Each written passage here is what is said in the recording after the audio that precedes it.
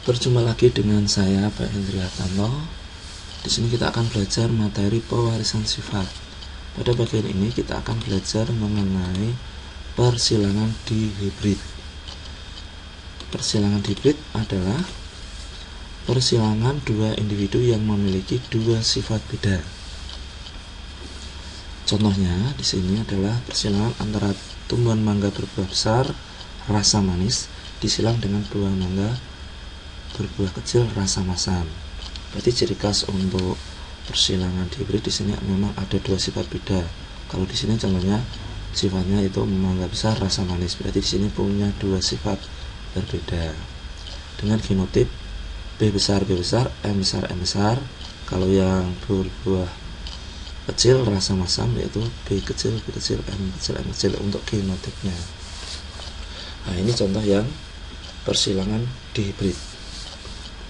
Untuk lebih jelasnya kita akan latihan soal mengenai bagaimana kita menyilangkan dengan dua sifat beda. Contoh soalnya seperti ini. Kacang kapri biji bulat warna kuning dengan genotip B besar, K besar, K besar diselangkan dengan kacang kapri biji kisut warna hijau dengan genotip B kecil, K kecil, K kecil menghasilkan keturunan pertama kacang kapri biji bulat warna kuning dengan genotip B besar, B kecil, K besar, K kecil.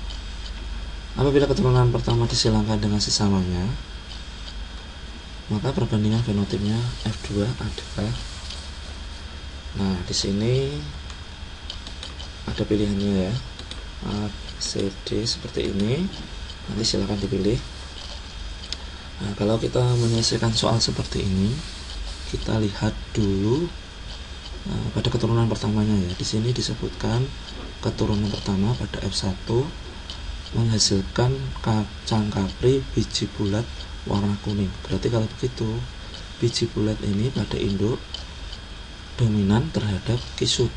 Kemudian warna kuning ini dominan terhadap warna hijau. Karena apa? Karena keturunan pertamanya menghasilkan biji bulat warna kuning. Untuk mari kita kerjakan soal ini. Yang pertama kita lakukan, kita tulis fenotipnya terlebih dahulu.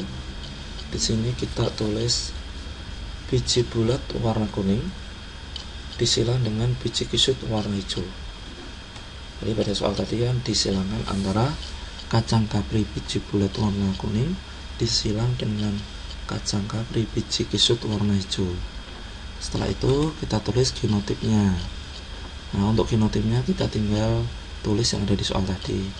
Karena di soal tadi genotip biji bulat warna kuning dituliskan B besar, K besar, K besar.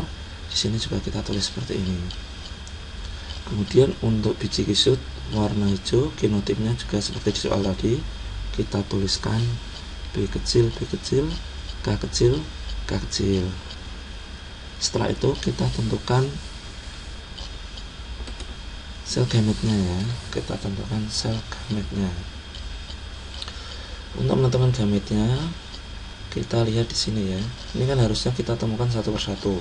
B besar ketemu K besar, B besar ketemu K besar. Nah, karena ketemu B besar K besar saja, maka di sini gametnya hanya ada satu, yaitu B besar K besar. Ya. Atau cara gampangnya kita lihat di sini ya.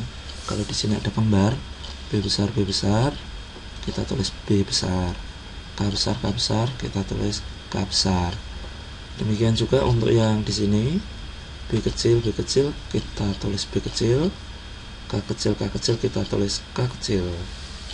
Sehingga di sini gametnya hanya ada satu. Setelah itu kita silangkan ya. B besar ketemu B kecil, maka ketemu ini ya. Dan K besar, K kecil ketemu seperti ini. Jadi keturunan pertama F1 didapat genotip B besar, B kecil, K besar, K kecil. Dan ini sama seperti yang ada di soal tadi. Atau cara mudahnya kita lihat aja di soal. Di soal memang dituliskan keturunan pertama untuk genotipnya B besar, B kecil, K besar, K kecil. Kemudian di soal juga dituliskan bahwa keturunan pertama menghasilkan kacang kapri biji bulat warna kuning. Dan ini kita dapat dari soal tadi, bahwa keturunan pertama menghasilkan kacang kapri biji bulat warna kuning. Di sini menunjukkan bahwa biji bulat ini dominan terhadap kisut. Nah, di sini kan bulat sama kisut hasilnya bulat. Kemudian kuning sama hijau itu kuningnya dominan, makanya di sini hasilnya keturunan pertamanya warnanya kuning. Jadi saya ulang kembali bahwa di sini biji bulat dominan terhadap kisut, kemudian kuning dominan terhadap hijau. Dibuktikan dengan keturunan pertama menghasilkan kacang kapri biji bulat warna kuning. Kemudian di soal juga dikatakan jika keturunan pertama atau F1 disilangkan sesamanya. Ini saya dapat dari soal ya. Jika keturunan pertama atau F1 disilangkan dengan sesamanya, maka kita tulis seperti ini ya. F1 disilang dengan F1 sesuai petunjuk soal ya. Terus kemudian kita tulis genotipnya ya. Genotip untuk F1 B besar B kecil, K besar K kecil, B besar B kecil, K besar K kecil. Kemudian gametnya. Nah, untuk mendapatkan gamet kita silakan satu persatu ya. Kita pertemukan satu persatu. Di sini misalkan B besar ketemu K besar, terus B besar ketemu K kecil, ketemu ini. B kecil ketemu K besar seperti ini. Kemudian K besar ketemu B kecil ketemu K kecil seperti ini. Jadi hasil dari gamet genotip B besar B kecil K besar K kecil ada 4 ya, yaitu B besar K besar, B besar K kecil, B kecil K besar, B kecil K kecil. Atau bisa dengan cara lain, misal kita tulis seperti ini ya. Jadi dari genotip ini kita tulis seperti ini. B besar kita tulis di sini, untuk huruf kedua kita tulis di bawahnya, huruf ketiga K besar ini taruh di sini, kemudian K kecil kita tulis di sini. Terus kita pasangkan satu-satu. B besar ketemu K besar, ketemu ini. Kemudian B besar ketemu K kecil, jadinya ini B besar K kecil. Kemudian B kecil K besar, ketemu ini B kecil K besar. Kemudian B kecil ketemu K kecil seperti ini ya. Jadi untuk menentukan gamet bisa menggunakan cara yang kedua ini, atau ditemukan satu-satu. Untuk F1 yang satunya ini kan sama ya, karena genotipnya sama, jadi kita tinggal menuliskan ulang aja di sini karena ini sama. Setelah kita menentukan gamet, maka kita akan membuat persilangan ya. Kita akan membuat persilangan supaya kita mendapatkan keturunan F2. Untuk mendapatkan keturunan F2 kita buat tabel seperti ini ya. Jadi kira-kira buat 5 baris dan 5 kolom. Kita buat baris 5 baris dan 5 kolom. Untuk baris pertama kita isi gamet. Tadi kan kita sudah menemukan jumlah gametnya ada 4, yaitu B besar K besar, B besar K kecil, B kecil K besar, dan B kecil K kecil. Kita tuliskan pada baris pertama seperti ini ya. Kita tuliskan di sini B besar K besar, B besar K kecil, B kecil K besar, B kecil K kecil. Kemudian untuk kolom pertama juga sama ya. Ini untuk F1 yang satunya. Untuk gametnya kita tulis di sini pada kolom pertama ini. Sama. Tinggal kita tulis ulang B besar K besar, B besar K kecil, B kecil K besar, B kecil K kecil. Setelah itu kita temukan satu persatu ya. Untuk posisi yang di baris pertama kolom kedua kita temukan di sini B besar ketemu B besar, K besar ketemu K besar. Kemudian yang baris pertama kolom ketiga B besar B besar, kemudian di sini K besar ketemu K kecil.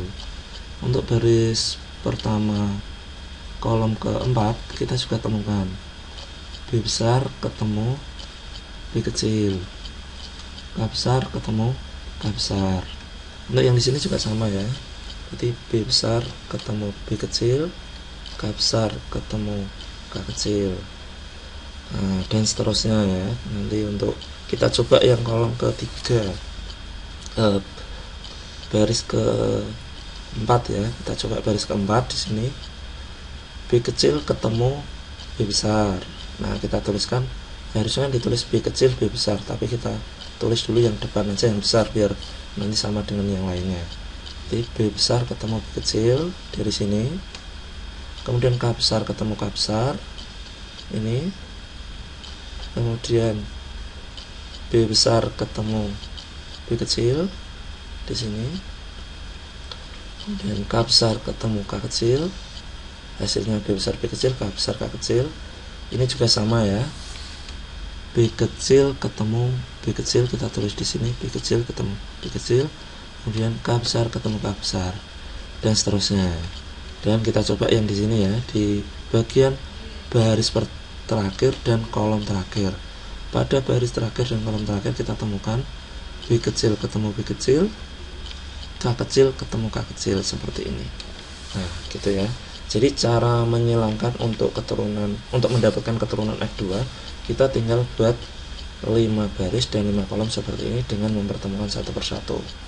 Nah, sekarang kita akan kasih nama ya untuk B besar B besar, K besar K besar. Nah, di sini hasilnya bulat kuning. Nah,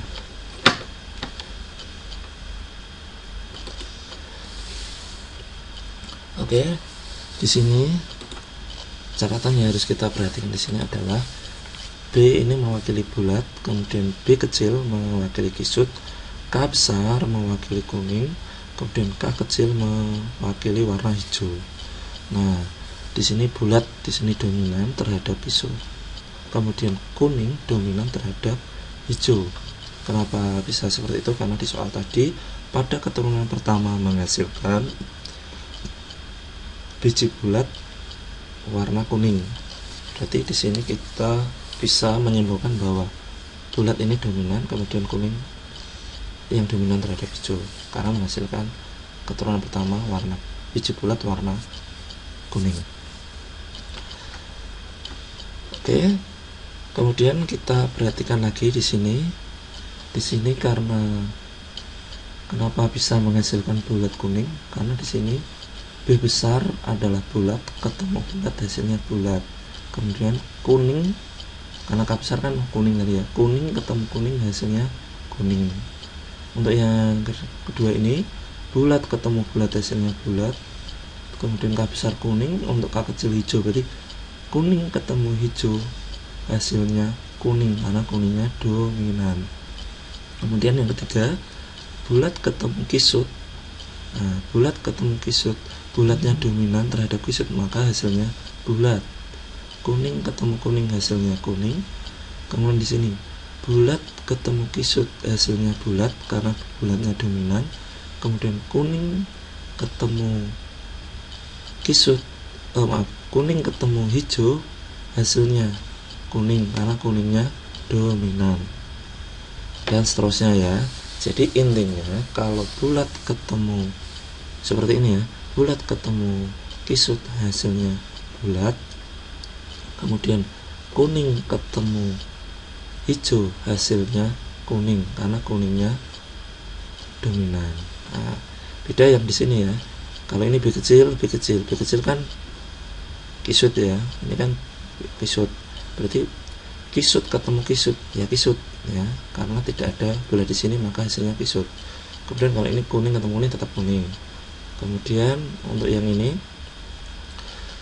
B kecil di sini kan ya sama ya, kisut ketemu kisut hasilnya kisut. Kemudian di sini kuning sama hijau karena kuning dominan maka hasilnya kuning. Kemudian yang di sini bulat ketemu kisut hasilnya bulat. Kemudian hijau ketemu hijau, nah hijau sama hijau maka hasilnya hijau. Kemudian yang di sini kisut sama kisut hasilnya kisut. Kemudian kuning sama kuning, hijau K kecil hijau ya tadi ya, berarti hijau ketemu hijau hasilnya hijau ya. Untuk yang di sini yang terakhir ini karena ini kecil semua, B kecil itu kan berarti kisut ketemu kisut hasilnya kisut. Kemudian kuning sama kuning Kemudian yang terakhir ini kita bisa lihat ya. Untuk yang terakhir ini kita lihat, kan ini sama-sama kecil semua, maka kisut ketemu kisut, hasilnya kisut. Kemudian ini hijau sama hijau, karena sama-sama kecil ya, hijau sama hijau, maka hasilnya hijau. Jadi kesimpulannya di sini adalah kalau bulat ketemu bulat hasilnya bulat, bulat ketemu kisut hasilnya bulat, kemudian kuning ketemu hijau hasilnya kuning ya, kuning ketemu hijau hasilnya kuning. Nah, ini cara menentukan fenotip ya, cara menentukan fenotip pada tabel persilangan ini. Jadi sekarang kita akan hitung ya, fenotipnya ada berapa. Di sini fenotipnya variasinya hanya ada bulat kuning ya, ada bulat kuning. Kita coba hitung bulat kuningnya, 1, 2, 3, 4, 5, 6, 7, 8, 9 ya, berarti bulat kuningnya ada 9. Kemudian untuk bulat hijau kita hitung di sini, 1, 2, 3. Jadi bulat hijaunya ada 3. Kemudian kita hitung yang kisut kuning. Nah, ini di bagian sini. Kisut kuning 1, 2, 3. Berarti kisut kuningnya ada 3. Jadi kita hitung ya, kisut kuningnya ada 3 ya, 1, 2, 3. Ini ya, 1, 2, 3 ada 3. Kemudian untuk kisut hijaunya hanya ada 1 di pojokan sini ya. Ini cara kita menentukan fenotipnya ya, karena tadi soalnya yang ditanyakan adalah jumlah perbandingan, karena tadi yang ditanyakan adalah perbandingan fenotip, maka kita di sini akan tuliskan perbandingan fenotip ya. Ada 4 tadi ya, bulat kuning banding bulat hijau, banding kisut kuning banding kisut hijau. Bulat kuningnya tadi ada 9, bulat hijaunya ada 3, kisut kuningnya ada 3, kemudian kisut hijaunya ada 1 ya. Berarti perbandingannya adalah 9 banding 3 banding 3 banding 1. Itu jawabannya yang D. Berarti soal yang kita bahas ini jawabannya D dengan perbandingan fenotip 9 banding 3 banding 3 banding 1. Demikian penjelasan mengenai materi persilangan dihibrid atau persilangan dua sifat beda.